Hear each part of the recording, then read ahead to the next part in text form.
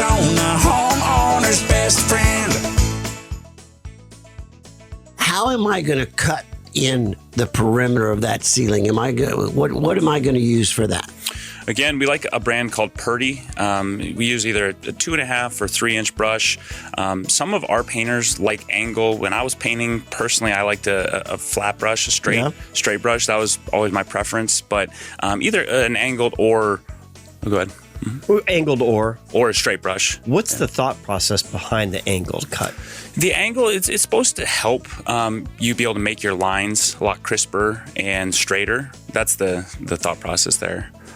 For people that, again, that maybe don't put as much paint on. You have to really make sure you have the right amount of paint, not too little, but not too much on the end of your brush. Yeah.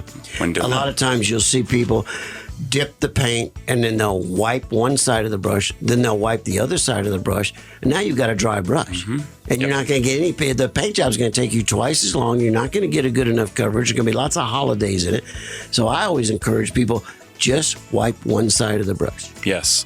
Yeah. And you want to make sure you have, again, it's almost a little bit of an art and you have to kind of play with it to realize, but just enough, but not too little paint at the end of your brush, or else, like you said, you're just going to be dry brushing your walls or ceilings and not getting anywhere. And will I cut in prior to start rolling?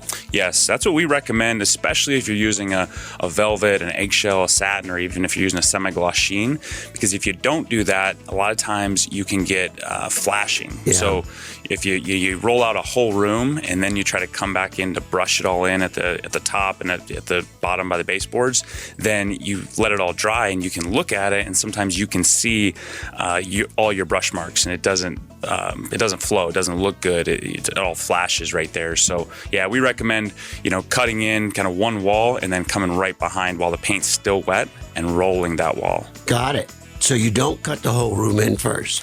Get it all while it's wet. It depends how quick you are, okay? So if it's a small enough room and you're pretty efficient, you're pretty fast, and you can get the whole room brushed in and cut in before it starts to really dry, then yes, you could do that. But if you're just learning or you're taking a little longer, then I'd recommend doing one wall, cutting it in with a brush, and then coming back and rolling it so it all blends in. Can I get away rolling a ceiling one direction?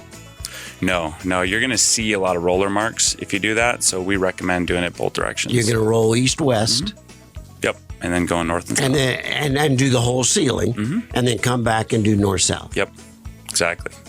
So especially if you're changing colors. So you have to know anytime you're changing colors on a ceiling, like if you're going even a slight difference of a different white, you have to make sure you're going to do 2 coats, or else usually you're going to almost always see the difference. You're going to see a little bit of that old color bleeding through.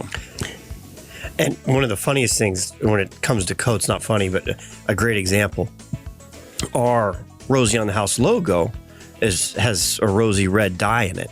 And when we moved into our new office building, y'all came out and repainted it.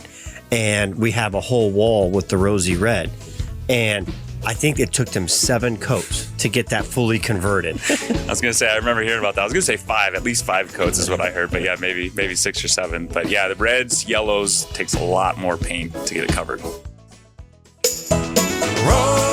Rosie on the House, every Arizona homeowner's best friend.